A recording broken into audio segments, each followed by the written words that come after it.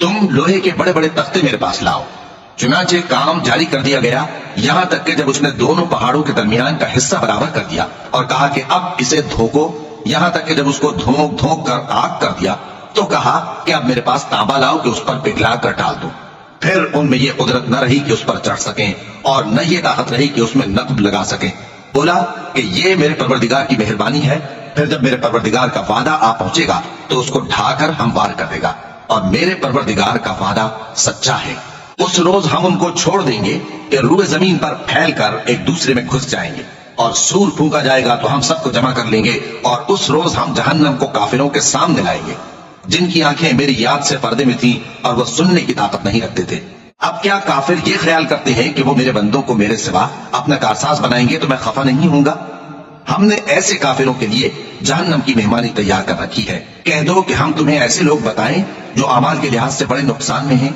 ये वो लोग हैं जिनकी दौड़ धूप दुनिया की जिंदगी में बर्बाद हो गई और वो ये समझे हुए हैं कि वो अच्छे काम कर रहे हैं। ये वो लोग हैं जिन्होंने अपने परवरदिगार की आयतों को न माना और उसके सामने जाने से इनकार किया तो उनके अमाल जाया हो गए। सो हम क़यामत के दिन उनके लिए कुछ भी वजन कायम नहीं करेंगे।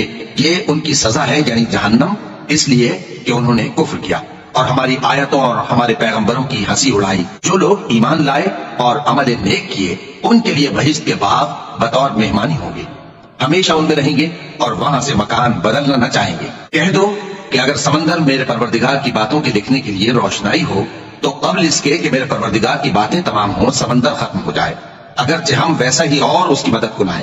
कह दो कि मैं तुम्हारी तरह का एक बशर हूं, अलबत्ता मेरी तरफ वही आती है कि तुम्हारा माबूद वही एक माबूद है। तो जो शख्स अपने परवरदिगार से मिलने की उम्मीद रखे चाहिए कि अमल नेक करे और अपने परवरदिगार की इबादत में किसी को शरीक ना बनाए। शुरू अल्लाह का नाम लेकर जो बड़ा मेहरबान निहायत रहम वाला है।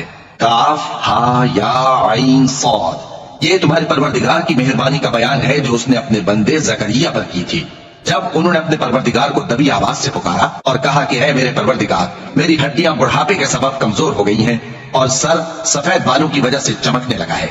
और है मेरे परवरदिगार, मैं तुझसे मांग कर कभी महरूम नहीं रहा और मैं अपने बाद अपने भाई बंदों से डरता हूँ और मेरी बीवी बांझ है, फिर भी मुझे अपने पास से एक वारिस अता फरमा जो मेरी और औलाद याकूब की मीरास का मालिक हो। और है मेरे परवरदिगार, उसको खुश अखलाक बनाइयो। फरमाया, ए जकरिया, हम तुमको एक लड़के की बिशारत देते हैं जिसका नाम याहिया होगा। इससे पहले हमने उस नाम का कोई शख्स पैदा नहीं किया। उन्होंने कहा कि परवरदिगार, मेरे यहाँ किस तरह लड़का होगा जबकि मेरी बीवी बांझ है और मैं बुढ़ापे की इस हालत को पहुंच गया कि सूख गया हूँ। हुक्म हुआ कि इसी तरह होगा।